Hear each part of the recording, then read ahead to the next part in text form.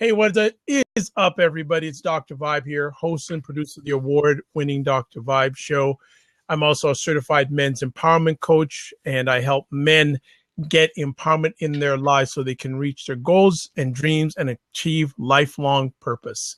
And we have another friend. Well, this isn't a friend anymore. This gentleman's on a few of these blabs that have been on over the last little while. And I said, you know what? He wanted to talk or share about something specific that he's been working on for the last little bit. So we're having him step up to the blab seat and share with the world tonight what's been going on. And before anything else, thanks for everyone for jumping on. There is, you know what? I'm going to lock the seat for now, just for a few minutes, and then I'm going to open it up in a few minutes. So we have Sir Charles Cary on the line with us. Cary, I keep on saying Cary. Sorry, my bad. Okay. Let me get it right. Sir Charles Cary on the line with us, and we're going to have a good time sharing. He's going to give us a lot of thought process in regard to something exciting that he's been working on, and it's coming to a big moment in the next little while. So before we get to that, let's find out a little bit about you, Sir Charles. Share a little bit about yourself. Wow. Well, I'm a grandfather. I'm a father. I've been around the block a few times, and I still got gas to keep going. What can I share? You know, actually, I've experienced a lot of great opportunities in life. You know, I'm very fortunate that I am an overcomer, a two-time cancer survivor, and a full-time life encourager. You know, that part of my life stands out probably more so than anything else. And I've been doing this for about 17 years, going on 18 years now. My area of focus is transformational leadership, and I work with government, nonprofits. It doesn't matter. I do a little coaching here and there. I've authored 3 books, several audio programs, and, you know, I have the opportunity of keep forging ahead and adding value to the lives of others. Well, as long as it's positive value, I like you. So, you know, I'm very much a person for words. So adding positive value is very key to me. So I know you meant that, but I like to say it. So that's just the way I am. But before we get more into the keynote, tell us a little about what growing up was like. Well, for me, you know, I was one of those kids who always wanted to fit in. I'm sure there are a lot of people that can relate to trying to find your way, trying to see, you know, where you fit in life. And I was no different. You know, I wanted to be with the in crowd, so to speak. And at a certain point in life, like many kids, you know, you following all the other kids. You follow the older kids. You try to do everything that's cool and, you know, and it was hip, or you're trying to be down. And for me, trying to be down actually put me down, you know, and that was the beginning of my life's learning, because in wanting to impress and wanting to fit in, I became a substance abuser. For over, 25 years of my life, I used drugs. And the latter part of that time, I became a crack addict, literally. Every single day, there was no such thing as enough. And I'm very fortunate to be here with reasonable health and a reasonably sound mind. So I am very, very grateful for every opportunity. Well, you know, you're setting yourself up for another conversation on the Dr. Vibe show, because tonight isn't about you per se, but we definitely, if you have time and you're willing, we'd like to get some of your story on the Dr. Vibe show. But let me ask your parents, how was the relationship with your parents? How did they raise you, and what nuggets did they instill in you? I come from a church family. You know, we were in church almost all the time, recitals and sleepaway camp and summer camp. I mean, that's just the life that we led, you know, from an African-American family, pretty much from the southern part of the country. My parents were easygoing, but for me as a kid at the time, I thought it was pretty tough.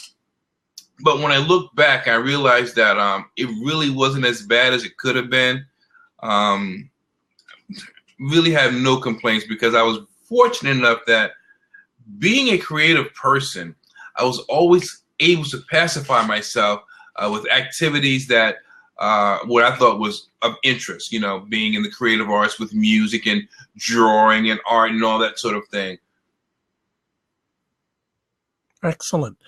What were some of the nuggets they instilled in you that you carry on in your walk through manhood today? Well, I know at a certain point, my mom, she'll always tell me that some of the people I hung out with, I didn't need to hang out with them, and that, you know, my body was a temple. I needed to take care of myself. And I did that, but I didn't do it the right way, so to speak, you know, and that's when I started going down. But some of the other lessons were actually from my dad or my stepfather, actually.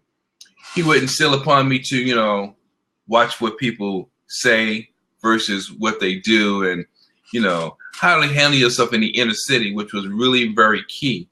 But I was impressed with a lot of things that I saw on the television in those days. You know, I got the impression that I wanted to be a businessman and I wanted to have a suit and tie every day and have a briefcase. And pretty much I wound up growing into that role.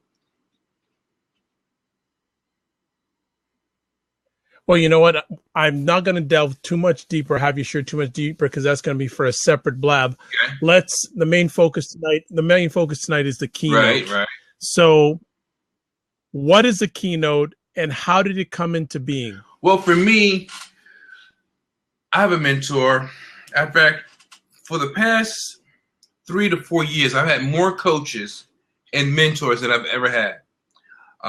I believe it's very important that you invest in yourself. And it's not always about investing money. Sometimes it's about investing time and resources. And the last 4 years in particularly, I've really forged ahead and done that. Like, again, from coaching to mentoring to tools and resources and different technical or IT-oriented tools to fuel and use my business with. And one of my mentors, his name is Dr. Willie Jolly. I'm sure a lot of people know him. And Dr. Jolly and I, we began to get really close. I mean, he's been able to pour into me things that, you know, I think I just needed them. And when I realized that I needed more and more and more, he took personal time out of his own schedule and dealing with his family to share things with me. And, you know, I'll never, ever forget that. In fact, he wrote the foreword for 2 of my books, my first 2 books. And I heard about another mentee of his, a gentleman by the name of Delatoro McNeil. And they were telling me that Delatoro McNeil is doing this and he's doing that. And I just happened to meet him by chance one day. And we hit it off because of our common bond with Dr. Jolly. And Delatoro told me, he says, listen, you need to come to my next conference. And I'm thinking, maybe. So he calls me. He said, listen, you need to come. I decided to go ahead, and I was exposed to a bunch of professionals on an entirely different level. Phenomenal speakers and trainers in their own right, in their own respective areas of focus, branding and marketing and sales and social media and all these different things, neurolinguistics, all these areas of focus. And at the end of the conference, you know, I was asked about participating with Delatoro on a more personal level. There was a select group of people they were interested in pouring into. And there was a reality show concept attached to it. I wanted to know more. So I did. I got my questions answered, and I began the process, the journey. And you don't just go. You get prepped before you're actually involved. And well, at least with our show, you get prepped before you're involved. You learn about things about the business of the business and product development and all that sort of thing, and what to expect and what to do, what not to do. And then finally, just as you and I see on television, you drive up in a nice car, the cameras are right there in your face, and you walk into the mansion. And as you walk into the mansion, you're looking for your room, has your name on it. And it was just a very surreal experience. You know, I never thought that at this stage in my life, professional or otherwise, that would be something that I would do. Okay. So the Keynote, why that name? Because when many of us think of Keynote, we think of speeches. Yes. But obviously, this hasn't to do with speeches. So I want to find out the core on when did this idea come about? Where did it come about? Where was it birthed?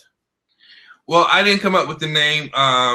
Del Toro came up with the name. Okay. And I think it was really appropriate because it's about delivering the goods, being a keynote speaker, being able to actually conduct or facilitate a keynote speech, regardless whether it's a 2-hour speech, a 45-minute speech, or a 20-minute speech. Can you conduct a keynote?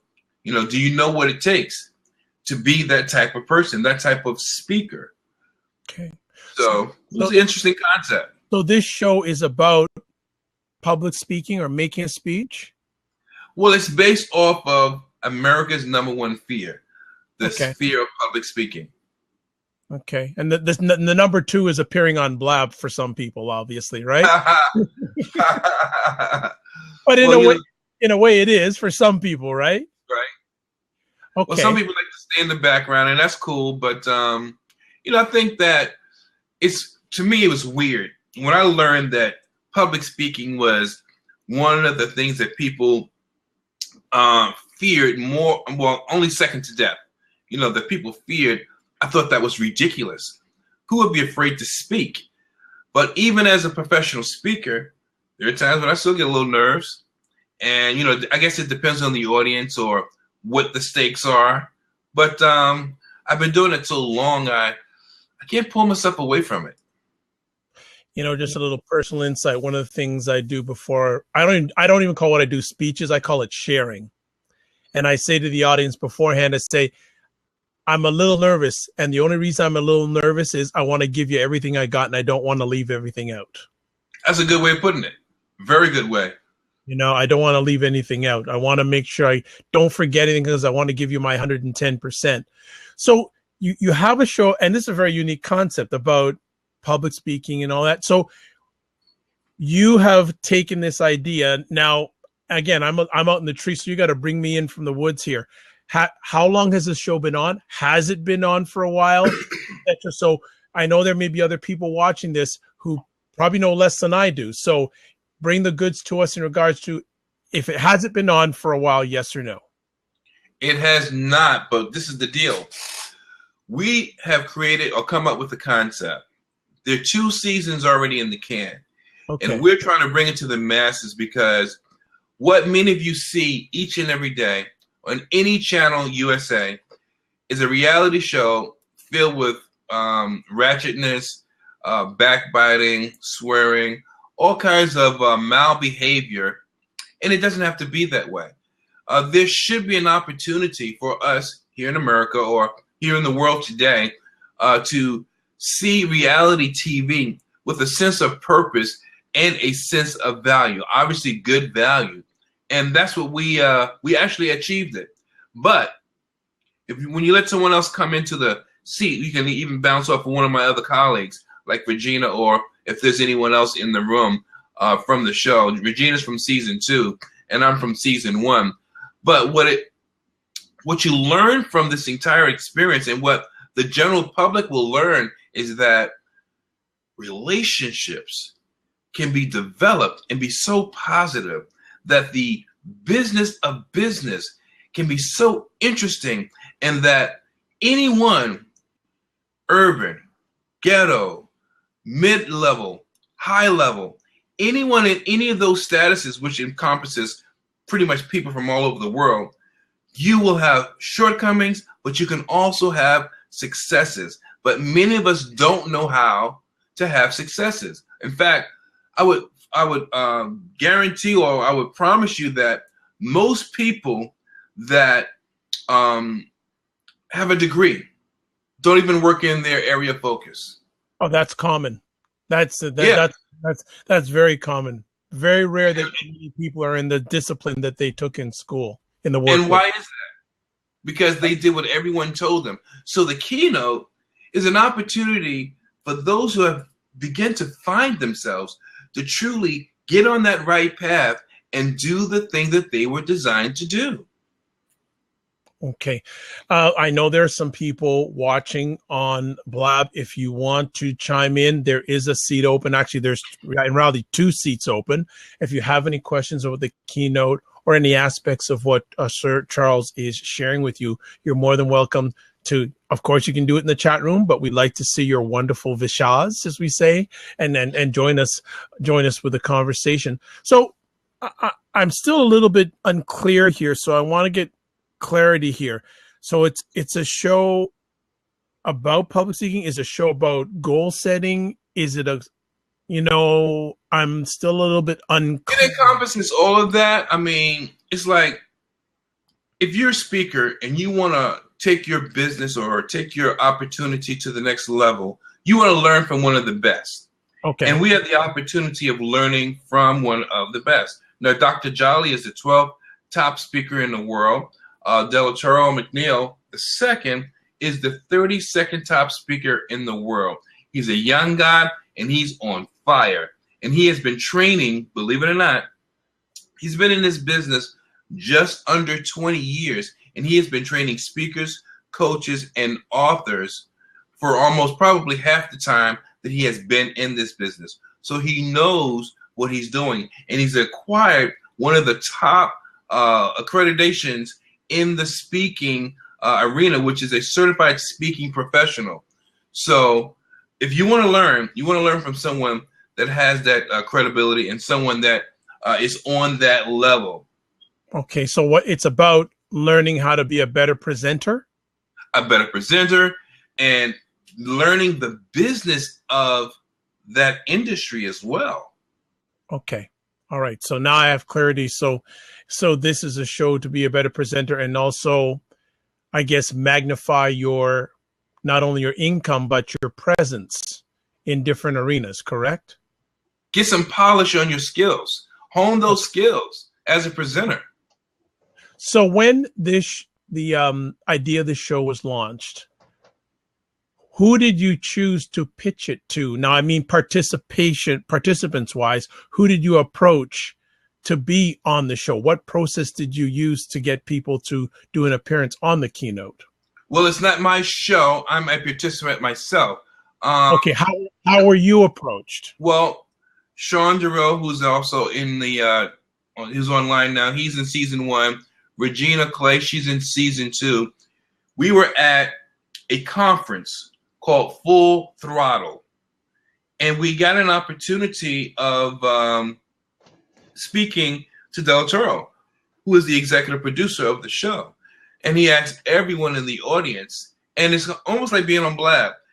You can invite people to the seat, but people won't show up. Some people rather stay in the background. And many people, they did what was comfortable for them. And then there were others of us that accepted the challenge so that we could, enhance our skills and take our businesses to the next level. So you approached the gentleman, right? And what was his reaction when you said, "Hey, I'll pitch in, I'll do it"? Great. Get ready for we're going to have a series of calls, and we're going to tell you what the next steps are. Those that are ready to move forward, it's like anything else. Those that are ready to move forward, they're the ones that want to go after life. I was willing to take action, and myself and a few other people, we got the information we needed. We got prepared for the next stage and the next steps to move forward to actually be participants on the call. I mean, in the show. So were you at all nervous doing this or during the show shoot?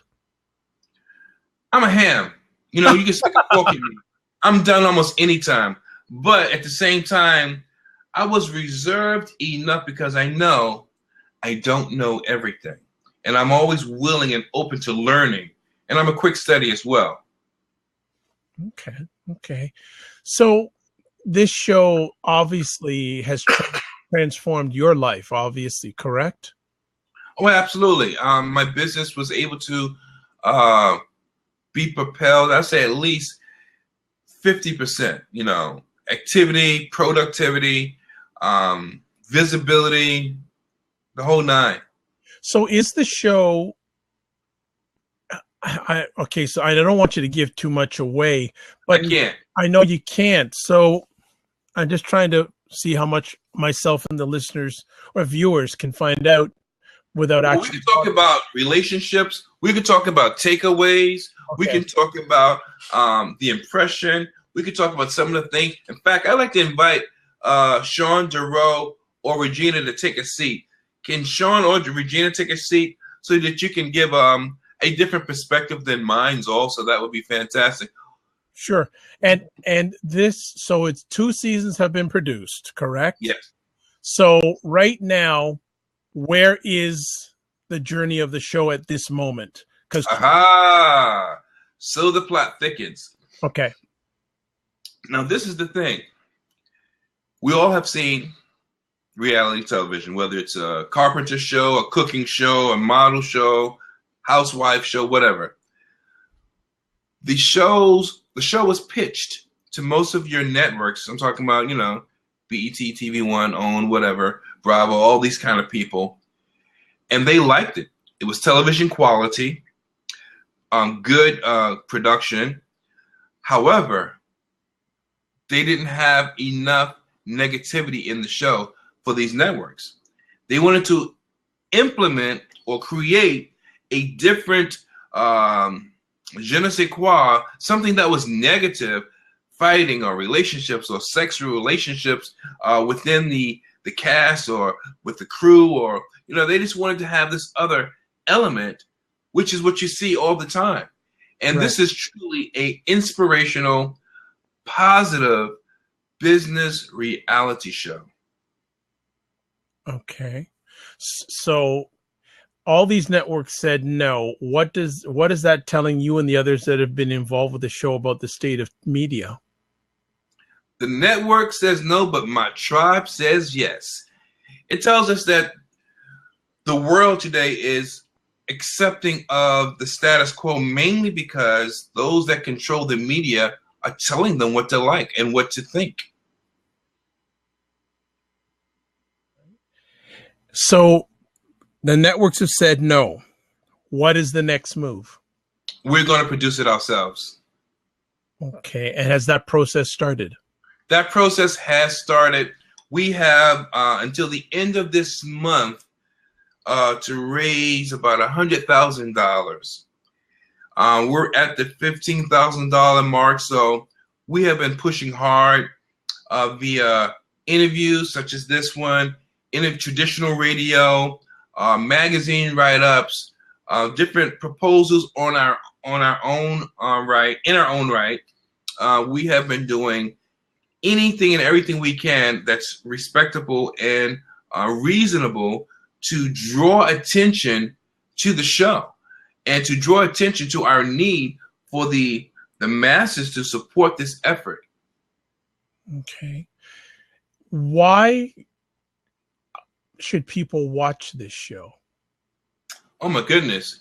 There's so many reasons. One of the reasons is, how about exposing your children, your family, or being able to watch something with maybe an elder that's clean, that's decent, it's real, it's not corny, it's relatable. We all know that negativity sells, but positivity is contagious. And I truly believe that if people give themselves a chance to see something and be a part of something that has a positive spin on it, and that truly is positive and intended to be good in nature in all ways, they can have a appreciation for a different type of programming. But it also teaches about relationships. When I went season 1 to the mansion, because we all stayed in a mansion, there was a masseuse, we had a private chef. I mean, we were treated well. But when I went to this mansion, I didn't know anybody. And when it was all said and done, I was able to form a bond with 8 other people, I should say, from around the country, and we became close. We have an experience that many others will never, ever have. So that's another thing, the relationships. What we learn in addition to that, you get to learn things like, how you conduct yourself in media, how to negotiate when you're conducting business, how do you present when you've got 5 minutes, how to present in a team when you don't know the team, how, there was this 1,001 scenarios thrown at us and we had no warning. It would be, okay, today you're doing this, today you're doing that. And we would go and come and you have to be on point. And, it was just a real good opportunity for us to see what the real high achievers do day in and day out. Nice. So what efforts are being made to close the gap from 15,000 to 100,000? Opportunities like this, Dr. Vibe. I've been doing lots of interviews. My colleagues have been doing lots of interviews. There are a lot of write-ups about the show. There are a lot of write-ups about us as individuals. If you hear anything, hashtag the Keynote, it's our show. We are really putting our foot to the metal to get the word out there so that we can really make a difference and make some noise. Let people know they do have options. We have been muted, so to speak, because we're being told what to watch, told what's good, told what's not good, and you don't seem to have any choices of your own other than pick from a bunch of negative stuff. So we are trying to say to the general public, to the masses at large, hey, take a look at this. This is something you want your children to be able to see. This is something your children can learn from. This is something you can learn from. Everyone has different backgrounds, different challenges. I'm a cancer survivor, not even to mention the substance abuse. There's another lady that has a background in the military. There's another person that swam from Alcatraz. There's another person with a financial background. There's another person that's a single mom. All of these are realistic situations and scenarios that all of us deal with each and every day. So how do they make it? How do they take charge of their lives, stand up and do something unthinkable, unheard of, or become successful at something? We do it and did it on the Keynote. We show it. Okay. Anyway, again, I like to call it periodically on my blogs. If anyone wants to take a seat and ask Charles any questions about the program or just public speaking. And I'm just going to go into the area of public speaking just for a moment here. For people who are having challenges with public speaking, what sort of nuggets can you give them? I may have one or two, but it's your show. But what sort of nuggets have you learned along the way when it comes to public speaking? Well, it depends on what the challenges are. What are some common ones that you have heard of? Nervousness, not knowing what to say, having a certain time frame to prepare, and then that time frame has changed and now you're thrown off. How do you speak and memorize your whole speech? I mean, these are common things that happen when it comes to being a trainer, a speaker, a coach, or even an author even. So if I were to take the general one, nervousness, how do you overcome nervousness? Well, there's several ways. Some people will suggest that you take several deep breaths before speaking, so to relax yourself. Okay. Another one that I found that works better for me is to get to know who's in the room. I mean, literally introduce yourself. You don't have to be boastful about it, but just, hey, how's it going? You speak to the people on their level before you take the stage. That works wonders. It really does. It's a very good point. By the time you get... Go ahead. No, by the time you get to the stage, there's a comfort level. You built some rapport with people, and you're not staring at a bunch of strangers. You've had a couple of laughs, maybe a couple of commonalities. Maybe you've spoken about sports to someone. You got kids in common, or you're from certain areas. You live certain places. You went to certain schools, or you worked at certain locations. and you have changed the environment. You've relaxed the environment that you're going to present to. No, that's a very key thing that I use not only when I'm going to do a presentation, but I'm also when I'm attending a presentation. I think it's also key. When I'm doing a presentation, I like to come early and I like to speak with people and just chat. And if it's a really good conversation, I somehow weave it into my presentation. And that really makes that person feel like $1 million. That person felt, he said, wow, they felt so good. They mentioned me in front of a whole pile of people. That makes that person stand out. And then on the other end, when I'm going to see a presentation, if I get there early, I can get to speak with that person who's doing the presentation, because after that presentation is done, 1,000,001 people are trying to get to that person. Actually, a short story for those who know the name John Maxwell. I had probably one of the most well-known international leadership trainers. About 4 years ago, he came to Toronto and he was giving a presentation at a very large Christian conference, really large. And I said, you know what? I'm just going to go there early. So I go there and I see him sitting at a table by himself. And I said to the guard, is that John Maxwell? He goes, yeah, we'll go over and say hi to him. And we ended up speaking for about 15, 20 minutes. One-on-one, nice. No interruption. And I asked him, what's the best leadership book you've read outside of your own? And he gave me some books. I wrote down a list of books to read. Right. Priceless. That was precious. Yeah, absolutely. Priceless. And I see Regina is going to join us, so this is wonderful. Gonna have to join in. Hi. Hey, Regina. How you doing? Fine. Can you hear me? Or am I? Okay, I'm good. Okay. Yeah. You're not good. You're great. You're not good. Thank you. Thank you, Dr. Vibe. It's so interesting because I was like, I'm not getting on the air. I'm not getting on the air. I was like, I'm not, my hair is not right or whatever. But I just heard your question about, the fear for Sir Charles in terms of public speaking. And here comes my favorite blab. This is my son. Hey. Say hi. Okay, so now it's time to go to bed. Good night. So my name is Regina Clay. I'm the single mom, and that's who I am. And this is why I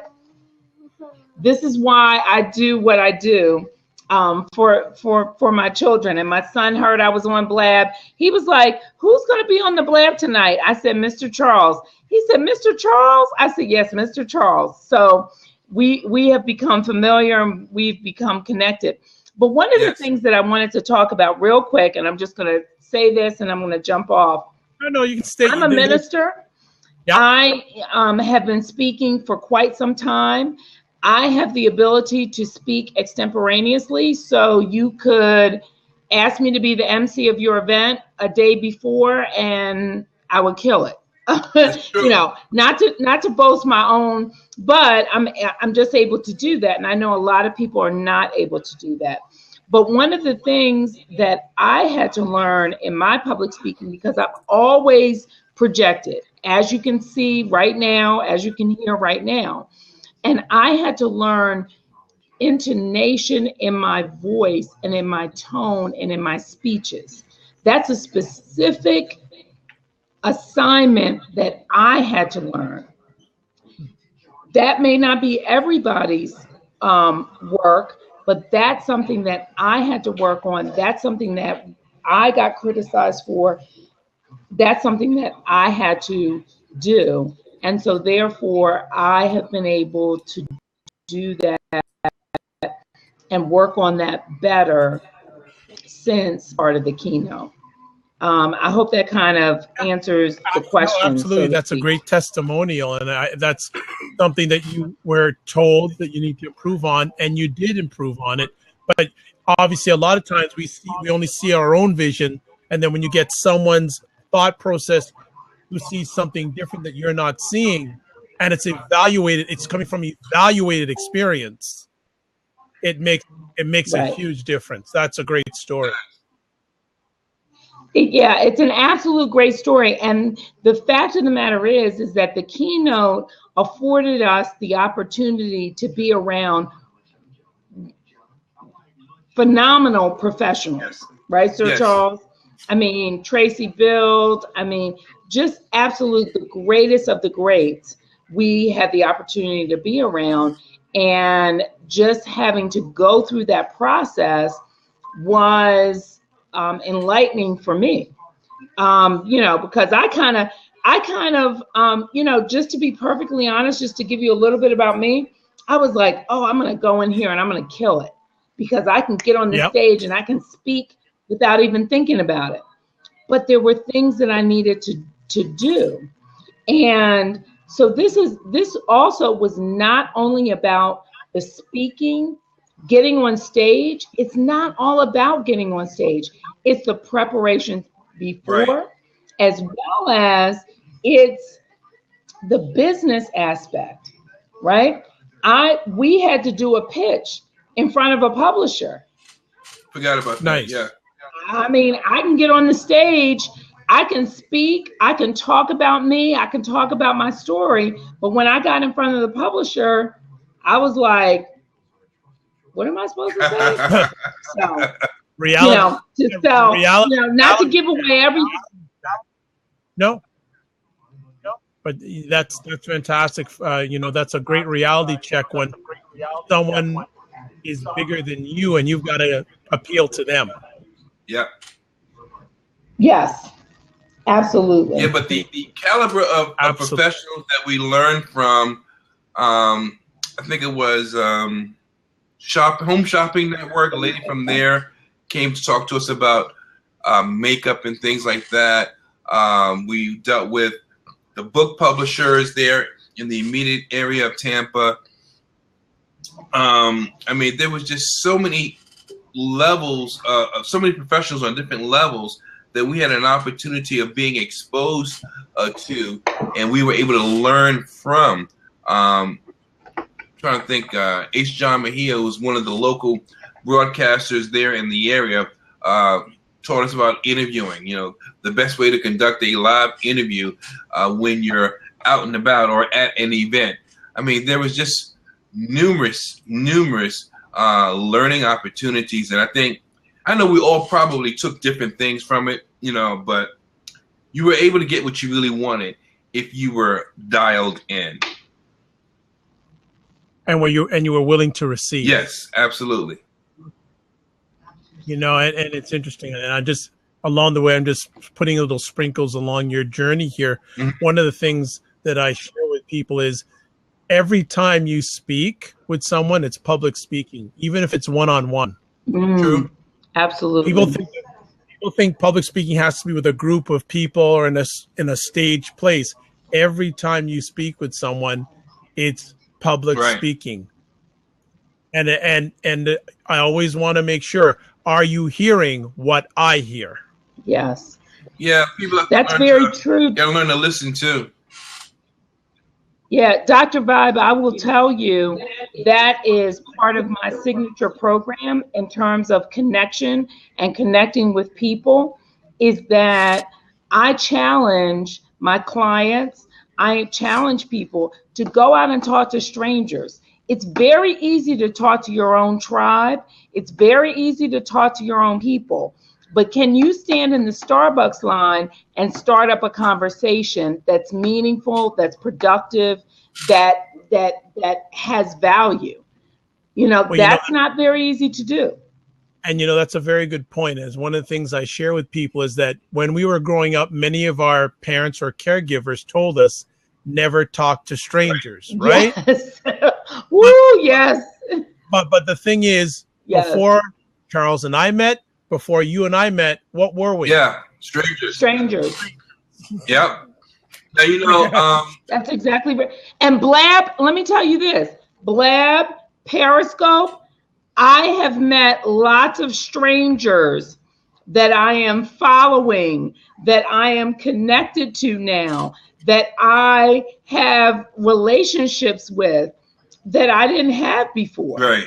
Because, so yes. So, and it's interesting because I have 2 young children and I have to tarry that of, that whole I have to, it's a balance to say, don't talk to strangers, but yet and still, you know, talk to strangers, not talk to strangers, but yep. allow yourself to be open to receive from other people. Absolutely.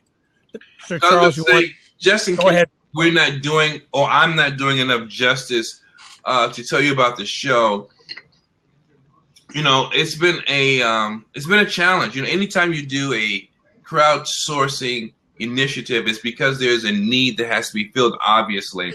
And you know, we did a big launch, we did a telethon, and we have raised, like I said, about $15,000. And what one of my castmates has done, Sean DeRoe, he's in the room. I think he's in a place that is very noisy. That's why he's not taking a seat. But what he did was we added more value to the whole crowdsourcing initiative. You know, when you do a crowdsourcing, usually every amount comes with a gift. And the higher your amount that you go, you not only get that gift, but you get any gift below that amount as well. But what Sean has done, and what I'm going to start doing, is sharing with people that if you make a donation for the Keynote campaign, not only will you get the gift for whatever your amount is, if it's $25 as a minimum, but Sean's going to give away a copy of his book. So I said, I'm going to put a video out and I'm going to do the same thing. If people make a donation, I'm going to give a copy of my book at no extra charge to them, no shipping.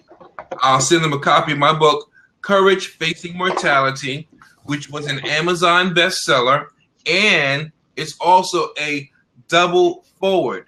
Dr. Willie Jolly did the forward, and so did Anthony Browder from the IKG Cultural Institute.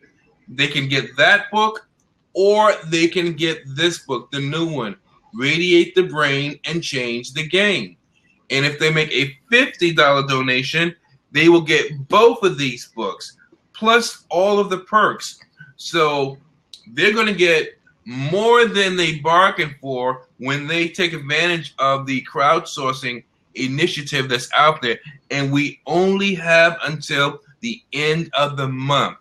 So we definitely appreciate any donations that you want to make, or any support that you would like to add value to on this positive, inspirational television program. And so, Sir Charles, yes. Sir Charles, so I'm in a collaboration book. Okay. Called I'm getting echoing from you, Regina. Oh, an echo from me? Okay. Let me see. Okay. Yeah, I was getting. Can you hear me now? Yeah, there's no echoing now. Thank you. No echoing now? Okay, great. So I'm in a collaboration book called The Voices of Inspiration. I'm on page 190 in the book, and I am taking heed to my brother, Sean, my fellow cast member. And as much as I need to sell these books, I also want people to donate to the Keynote campaign. And this book is 25 authors. So this is not just me. This is 25 authors that you will have to read from. And so any donation above $25 to the Keynote campaign, I will send you this book. And you must say on when you donate to the Keynote that Regina is giving her special, or I'm looking for Regina's special offer, and I will send this book. And it's Voices of Inspiration book. So I'm also putting that challenge out. Excellent. Let me ask one of you, I'm getting echoing again. I don't know where it's coming from. Yeah, there you go. Well, okay. Yeah, that's better. So what will people not only contributing to the show, but watching it, how will it make a difference, in your opinion, in their lives? I believe that the show is I believe the show is actually a voice for the voiceless. Those that have never had an opportunity of doing something special, those that maybe were told that they could not be something or be something worthwhile, those that can relate to either of our stories will see that we're not any more special than they are. They'll see that they can relate to our stories, they can relate to our humble beginnings, they can relate to our current circumstance. And if they can relate to us in any of those ways, then they should know, and they will know, that there's an opportunity for them to rise up also. Because, again, there's no negativity, there's no backbiting, and you get to see 9 strangers or 6 strangers here and there that don't know one another begin to learn how to work together and to really have the other person's best interest in mind and in heart. And that's not very common today, but it was something that I experienced. You know, I just put out a video, a really short video the other day, because at the end of, one of the conferences, I looked at one of my castmates, and when we looked at each other, we both were so inspired by what we had done. You see, we had both had a chance to get on stage and talk about our experience in the mansion and what the takeaways were. We had a chance to, sell some product, and we knew that now we're at that point where we have to go back to our cities, our states where we're from, and live the life according to our new teaching. Live the life according to how we knew we were truly capable of it, leaning in and living full throttle, if you will. And we looked at each other, and there was almost like a tear in both of our eyes. And we embraced each other, and we said we would keep in touch, and we have. But we knew that our lives would never be the same from that moment forward. Regina, anything you'd like to add? Yes. Can you hear me, or do I have an echo? Yes, I can hear you okay. Okay. Well, so I'm going to go with it without the earphones. One of the things, and I talked about it on my Periscope today. So there are 2 new reality shows that have come out that are supposed to be released in January. And that is The Real Housewives of Potomac and The Real Housewives of Dallas. Okay. So let me just tell you, I know 2 of the women personally from The Real Housewives of Potomac. One, I'm going to tell you that the 2 that I know, they are not wives. They are single mothers like myself, but they're doing this reality show. I looked at the trailer, which was 1 minute and 47 seconds, and all I saw was negativity and catfighting. And that just really compelled me even more. Let me tell you where I was talking about Sir Charles, talking about relationships. One of my cast members, Dr. Sita Gibson, was in town in Washington, D.C., where I live. I took the time to go see her where she was. We sat down, had conversation. We've been in touch ever since. That's my sister. That's my big sister. That's the big sister I never had. We collaborate together. That's the point of the Keynote. Positive reality TV and lasting relationships. These Sean DeRoe, who I didn't know at all before I, went to FTX, lasting relationships. Sir Charles Cary, we see each other out, lasting relationships. So it really is about more than just the TV and being on TV and the reality show. Whereas, and we have stories, we have real life stories. They're not made up stories. They're not contrived stories. They're not stories that we created to be on TV. They're real. They're just us. And so that's the thing that I love about the Keynote campaign. So no sensationalizing at all. It's no sensationalizing at all. Where the drama comes from, Dr. Vibe, is the background of each participant or each contestant. You know, again, some of us, you know, have different challenges. You know, again, my thing was substance abuse, and then being a 2-time cancer survivor. You had a cancer survivor in season 2. Regina's a single mom. You know, we have a pastor on the show. We have, I mean, there's so many variations. These are people that we know. All of us in this blab, we know people like this in our daily walk. How has the experience of the Keynote changed you in your heart? I know that I'm worth more, even more. I mean, I've always thought well of myself and had high expectations of myself. But see, when you surround yourself or you have relationship with someone on another level, and it's not just a high and by relationship, there's learning involved, there's business being conducted. You have put yourself in a position where the expectations have been truly raised. The bar has been raised because of the person and the type of people you have begun to be around. You know, Del Toro says that, and he didn't create it, but he says the Census Bureau has said that if you are the palm, your 5 closest friends will determine what your lifestyle and what your financial well-being will be in the next 5 to 10 years. So when the people you deal with are on a higher level, that raises the expectation, and it also raises how people see you.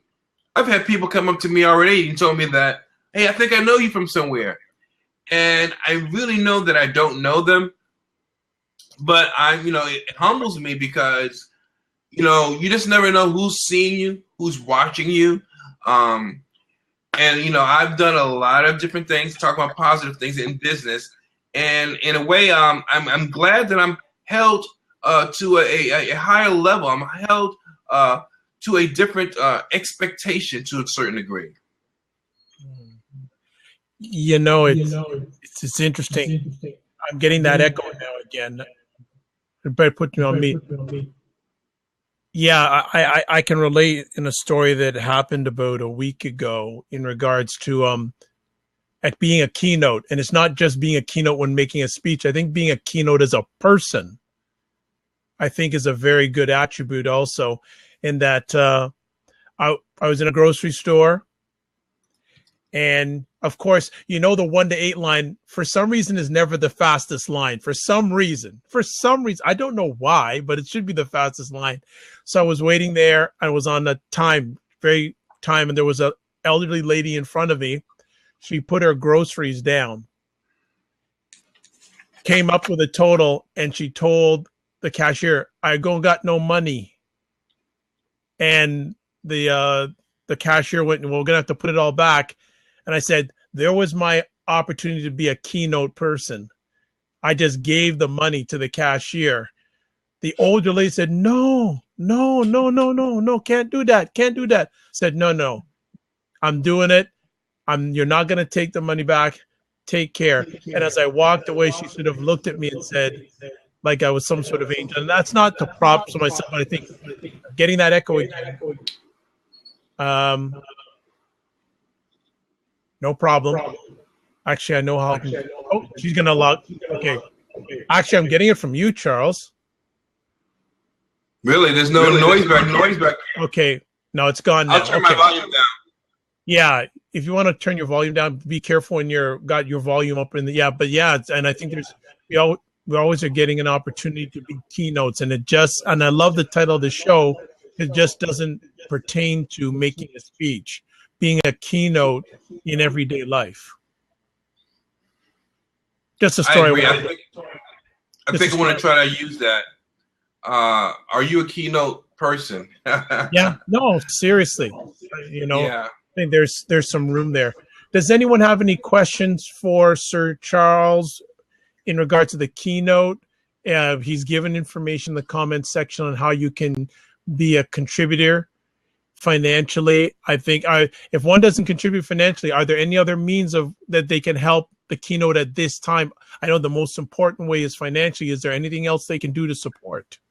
Well, if you're on the line now, or if you're going to see this replay and you would like to be able to add value to what we're doing and help us out, and you have a platform that we can share our story, share our requests from, that will be a phenomenal way of giving us another platform to get the word out about what we're doing, how we're doing it, and why we're doing it. So if you have a radio program, access to a news outlet, or anything like that, that would be a very, very good source, and we would definitely like to speak to you about, sharing on your platform so we can share with your listeners and your viewers what we're doing and hopefully add value in their lives as well. It's not about fame and fortune, as far as I'm concerned, it's not anyway. It's about truly adding value where you can, because look at the kids, look at the activities our children, when I mean I'm talking about the world's children. It may not be your actual child, it could be a niece or nephew, it could be a neighbor, but look at the things that our children are doing.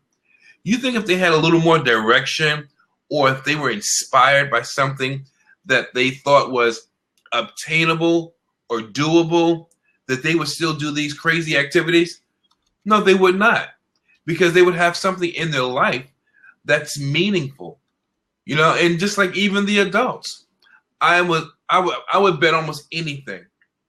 The people that commit some of these crimes, not all of them, but some of these horrific crimes, would not create these crimes if someone would just listen to them, if someone could just pour into them, if someone could just show them another way, expose them to something that they have never seen before, they have never heard before.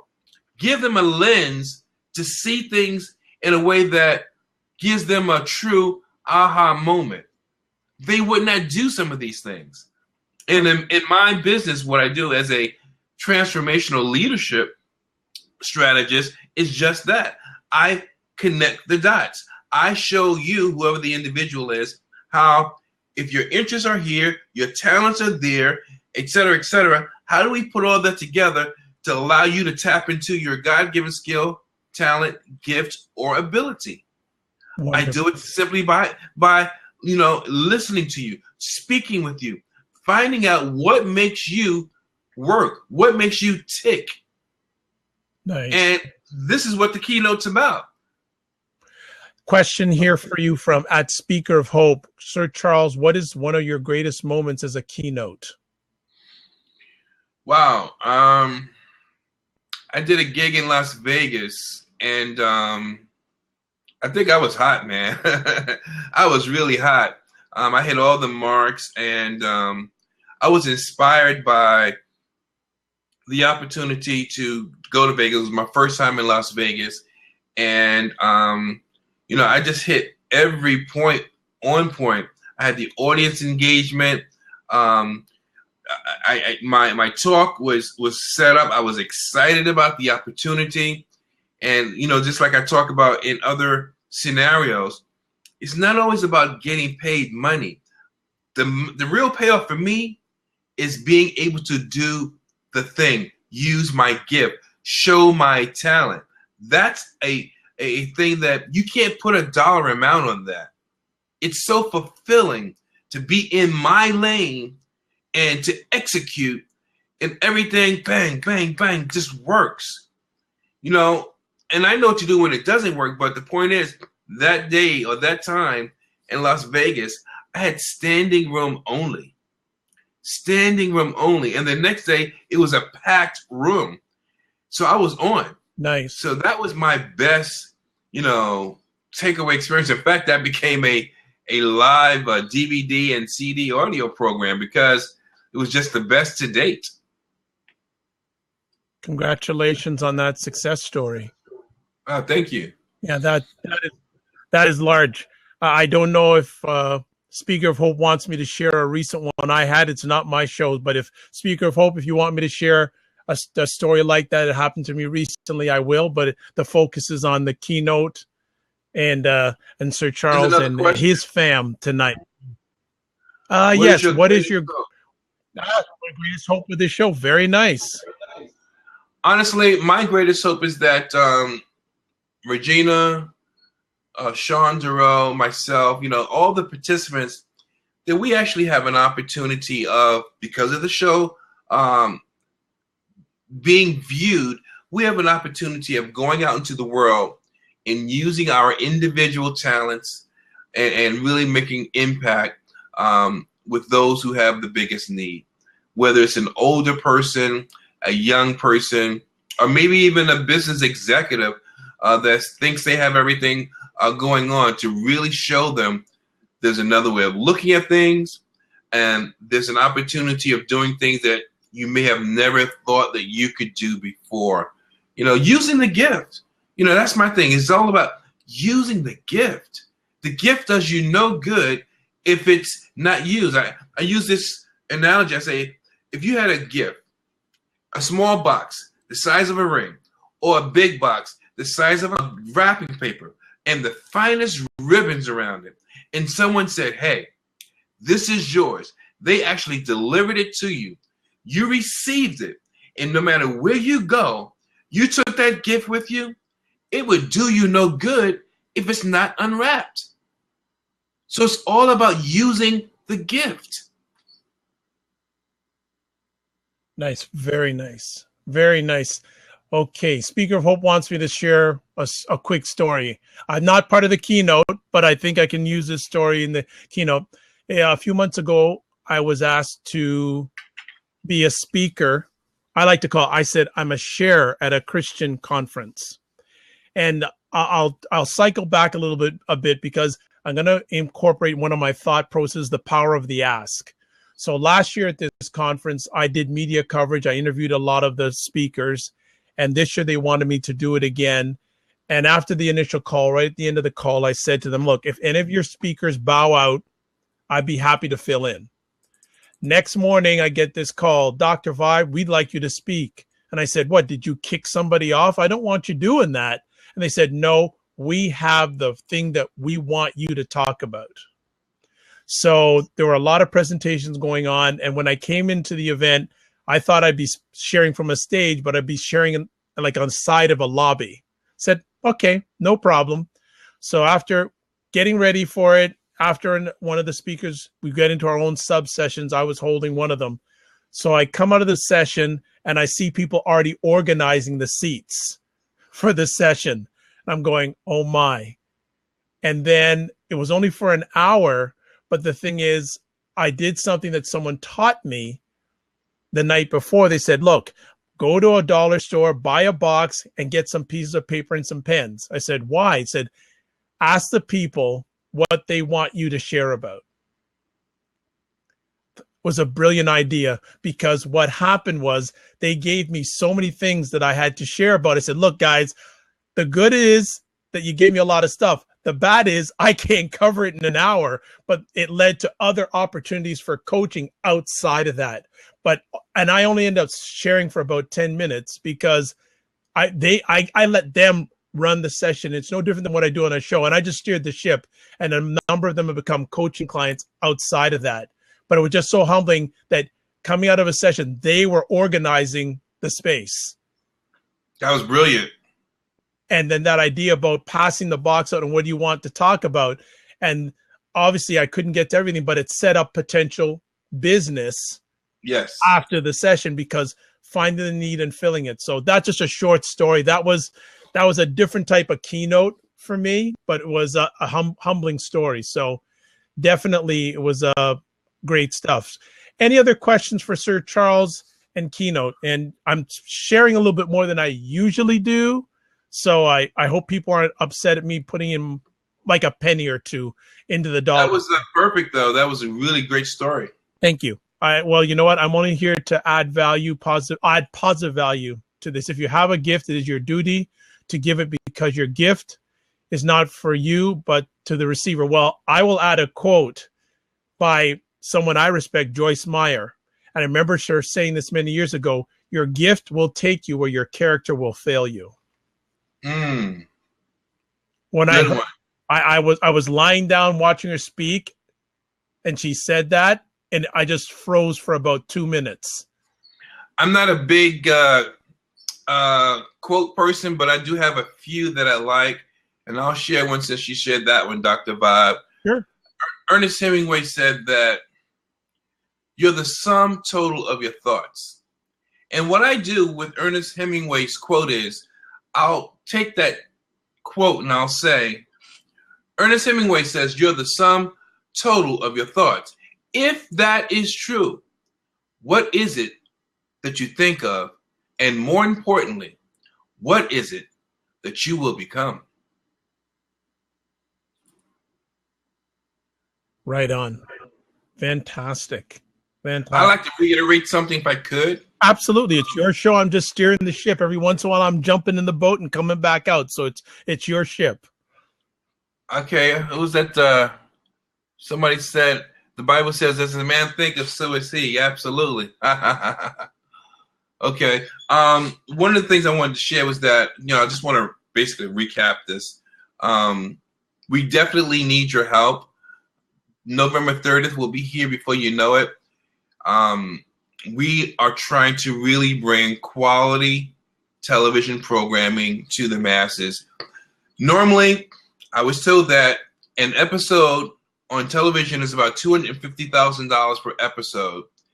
And we have 14 episodes, 7 episodes per season. We're trying to do it all on just a little over $100,000. We've raised $15,000 so far. I put the link down in the box at the bottom. So if you can do anything is better than nothing. We tell people, put your money where your likes are, and not to be brash or to be rude. No disrespect intended. But we're really trying to do something that's positive. If you go to that link, you'll see a message from Delatoro McNeil, who's the executive producer, but you'll also see a trailer so that you'll see that I'm not just, puffing smoke. And you'll also see the structure of the perks. $5, you get this. I think you get some downloads. $20, you may get a mug.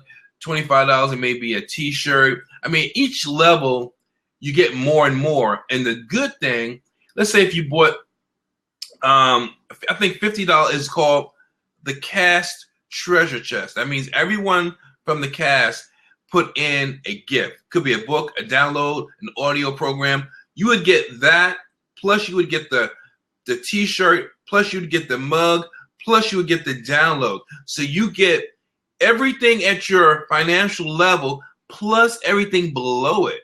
And again, Sean DeRoe, who's on the line, Regina Clay, who's on the line, and myself, we are both committing to giving away our own product in addition to your donation of $25 at minimum.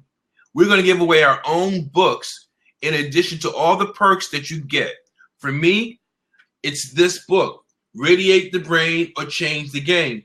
Or it's this book, Courage Facing Mortality.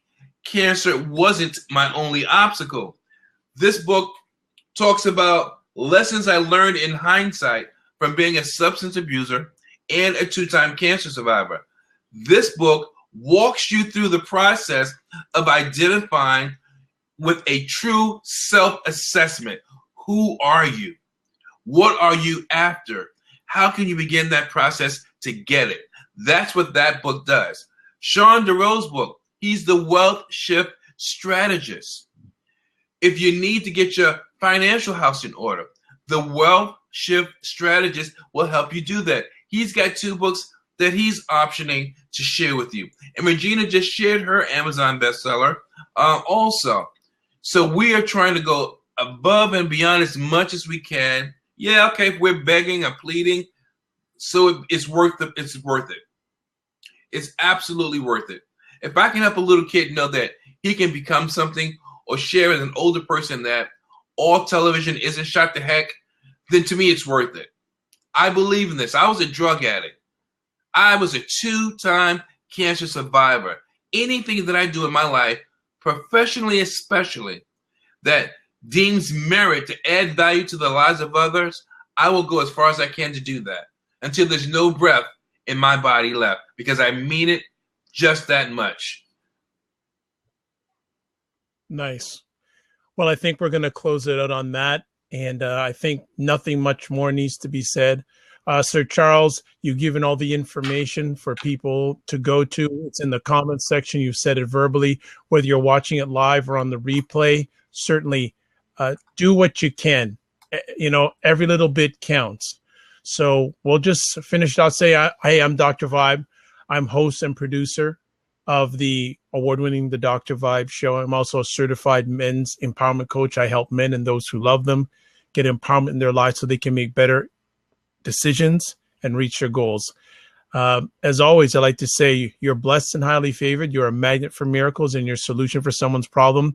Probably won't be on Blab hosting a show for a few days, but next Monday, everything starts again. And there is a new Blab show coming with myself, Glenn Barker, and Dr. Marvin Thompson. Another show with us. And let's just put it this way. Tuesday night is looking like it's going to be man's night for a few hours. It's going to be man's night for a few hours. So as a famous pastor says, get ready, man.